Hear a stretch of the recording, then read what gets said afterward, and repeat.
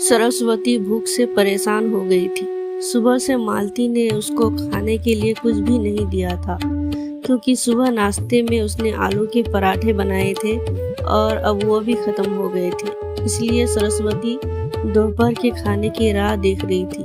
पर मालती ने सुबह पेट भर नाश्ता किया था, इसलिए वो दोपहर का खाना नहीं बनाने वाली थी। बहुत भूख से परेशान हो रही सरस्वती मालती के पास गई और बोली, बहू, मुझे बहुत जोरों से भूख लगी है, खाने के लिए कुछ भी दे दो। सरस्वती का कहना सुनकर मालती टेढ़ा मुंह करके बोली, दिन भर सिर्फ आपको भूख ही लगती है, दूसरा तो कुछ काम नहीं रहता आपको। उस टेबल पर चने रखे हैं, वही खाकर पानी पी के सो जाओ।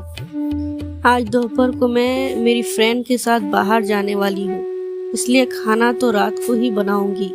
यह सुन के सरस्वती का मन उदास हो गया। फिर सरस्वती धीरे से बोली, तू कहे तो मैं खुद के लिए कुछ बना लूं। मालती गुस्से से बोली, एक व्यक्ति के लिए खाना बनाओगी क्या आप? सोचकर मालती किचन में गई और उसने फ्रिज में रखे हुए बासी चावल निकाले। अचार के साथ वह चावल एक थाली में परोसकर सरस्वती के आगे रखकर बोली कि खा लो। यह कहकर पर्स लेकर मालती घर से बाहर चली गई। चावल फ्रिज में रखे थे तब भी वो खराब हो गए थे, उसमें से गंदी बदबू आ रही थी। सरस्वती ने गुस्से से वह चावल डस्टबिन में डाल दिए। उसके बाद उसने दाल चावल निकालकर अपने लिए गरम गरम खिचड़ी पकाई और पुदीने की चटनी के साथ खाई और सब बर्तन घिसकर किचन साफ किया और अपने रूम में जाकर सो गई।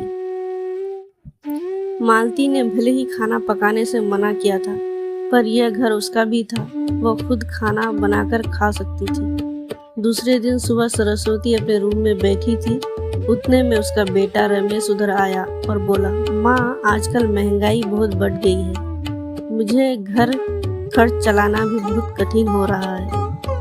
ऊपर से पापा की 13वीं पर बहुत ज्यादा खर्चा हुआ था। माँ, मैं सोच रहा था कि एक रूम किराए पर दिया जाए, घर का किराया आने पर घर खर्च में थोड़ी मदद होगी। सरस्वती बोली, बेटा, तुझे जो ठीक लगेगा तू वही कर। उसके बाद रमेश गला साफ करते हुए बोला, माँ, तेरा रूम खाली कर दे और नीचे के छोटे रूम में शिफ्ट हो जा। उस छोटे रूम में टॉयलेट और बाथरूम नहीं है तो उसको कोई किराए पर नहीं लेगा। सरस्वती चौंक गई और बोली, वह रूम छोटा है, वो तो स्टोर रूम है, मैं उधर रहूंगी तो टॉयलेट बाथरूम कैसे जाऊंगी? रमेश बोला, माँ, तो आंगन के टॉयलेट में जाकर, तू तो घर में ही रहती है ना, जिसको हम किराए पर दे रहे हैं उसको तो सारी सुख सुविधाएं चाहिए ना। वैसे भी यह रूम भी बहुत बड़ा है, पापा के जाने के बाद तुझे इतने बड़े रूम की क्या जरूरत है? सरस्वती कुछ पल शांत रही और सोचने के बाद बोली, टेरेस में जो रूम है वो भी हम किराए में दे सकते हैं, उस रूम में सब सुख सुविधाएं हैं। उस पर रमेश ने बोला, नहीं माँ, वह रूम हम किराए पर नहीं दे सकते, वह अपने मेहमान के लिए रखा हुआ है। तुझे तो अच्छे से पता है कि मालती के मायके वाले का आना जाना चालू रहता है, इसलिए एक्स्ट्रा रूम मेहमानों के लिए रखना पड़ेगा ना। सरस्वती सब समझ गई थी कि बेटे ने तो उसका ही रूम किराए देने का निर्णय लिया हुआ है, क्योंकि वह बुढ़ापे में बेटे और बहू पर आश्रित थे। इसलिए रमेश ने जो कहा उस पर सरस्वती ने ज्यादा विरोध नहीं किया। उसने अपना थोड़ा सामान लिया और छोटे रूम में शिफ्ट हो गई। उधर पुराने छोटे रूम में उसका जी घुट रहा था, तब भी वह उस रूम में दिन काट रही थी। नया किराएदार आया, सब पहले जैसा चल रहा था। घर में आए हुए किराएदार का नाम अशोक था। वह एक NGO में काम करता था। वह हर रोज मालती और रमेश सरस्वती के साथ कैसा सलूक करते हैं वो देखता था। वह देखकर उसे बहुत बुरा लगता था। धीरे धीरे सरस्वती अशोक को अपने बेटे जैसा मानने लगी। अशोक भी आते जाते सरस्वती का हाल पूछा करता था और उसका ख्याल रखता था। रमेश और मालती को सरस्वती से कुछ लेना देना था नहीं। मालती बचा हुआ खाना उसके थाली में रखकर जाती और बेटा तो उसके तरफ देखता भी नहीं था। सरस्वती तो पहले ही समझ चुकी थी उसका बेटा अब पहले जैसा नहीं रहा। फिर भी वह आंखें बंद करके किसी पालतू पशु जैसा उस घर में रहती थी, क्योंकि बुढ़ापे में उसको दूसरा किसी का सहारा नहीं था। रोटी के 2 टुकड़ों के लिए उसको उनके सहारे रहना पड़ रहा था।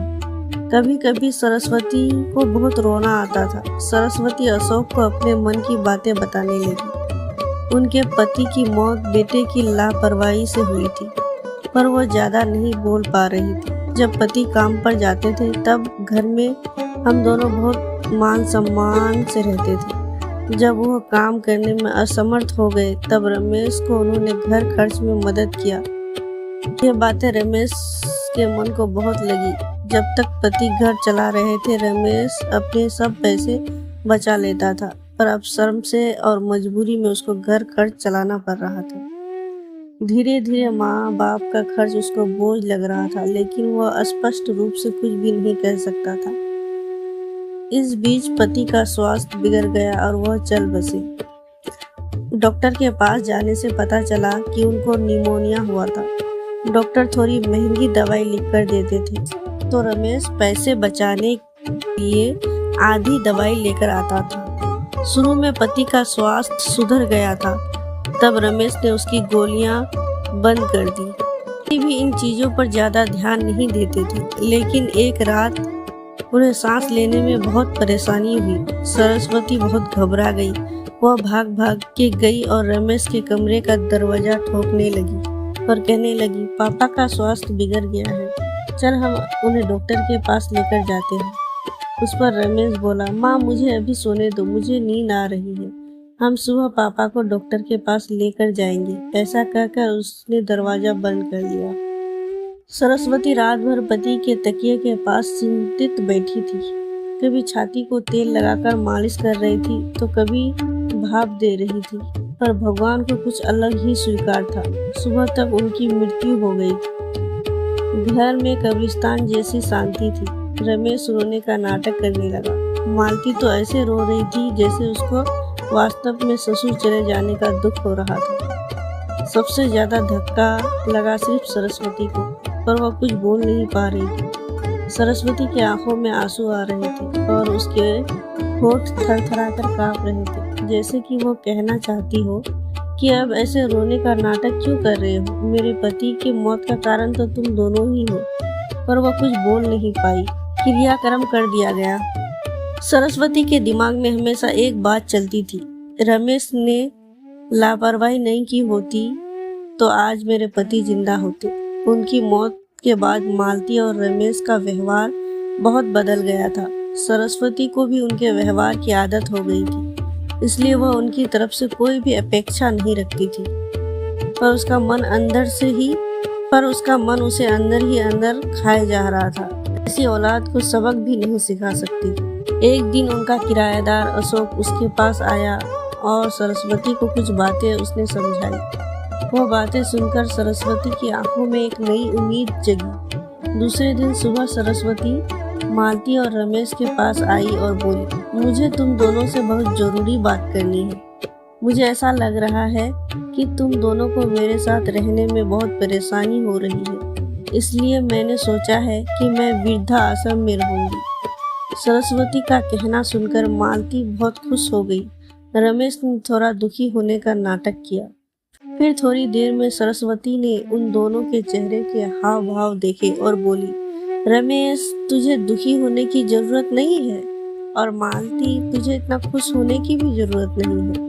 पहले मेरी सब बातें सुन लो। और सरस्वती हंसकर बोली, यह बात सच है कि मैं वृद्धा आश्रम में रहूंगी, पर मैं इसी घर में रहूंगी, इस घर से कहीं नहीं जाऊंगी।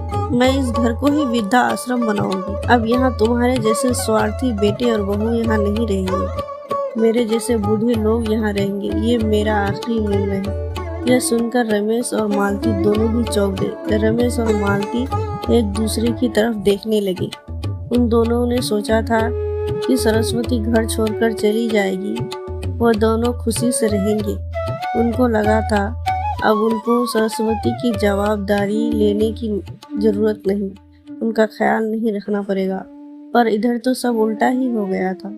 सरस्वती का कहना सुनकर रमेश गुस्से में बोला, माँ तेरा दिमाग तो ठीक है ना, इस घर पर मेरा अधिकार है, फिर तू इस घर को कैसे वृद्धा आश्रम बना सकती है? तू भूल रहा है बेटा, अभी तक यह घर मेरे ही नाम पर है। सरस्वती गुस्से से बोली, तुम दोनों ने मुझे बहुत परेशान किया, छोटी छोटी बातों पर मेरा अपमान किया, बीमारी के वक्त भी मुझ पर ध्यान नहीं दिया, खाने पीने के लिए भी मुझे बहुत तरसाया। तेरे पिताजी भी मुझे छोड़कर चले गए। अगर मैंने कठोर निर्णय नहीं लिया तो मेरा भी वही हाल होगा जो तुम्हारे पिताजी का हुआ था। इसलिए मैंने सोचा है कि बेटे के झूठे प्यार के जाल में फंसने से अच्छा है मैं अपने बारे में सोचूं। रमेश घुटनों पर आकर बोलने लगा, माँ मुझे माफ कर दे, हम दोनों तेरा अच्छे से ख्याल रखेंगे, तेरा कभी अपमान नहीं करेंगे, पर तू इस घर को वृद्धा आश्रम मत बना। माँ थोड़ा सोच कर तो देख हमारा क्या होगा। सरस्वती ऊंची आवाज में बोली, मैंने और तेरे पापा ने तुझे अच्छे संस्कार दिए थे, फिर भी तूने सिर्फ तेरे परिवार के बारे में ही सोचा, हमारा नहीं। फिर मैं तेरा कैसे सोचूं? तू परिवार का सोच। मेरी चिंता मत कर और जल्द से जल्द यह घर छोड़कर चला जा, क्योंकि इस घर में अब अच्छे लोग रहने आ रहे हैं। इतना कहकर सरस्वती अपने रूम में चली गई। रमेश और मालती सरस्वती को जाते हुए देख रहे थे।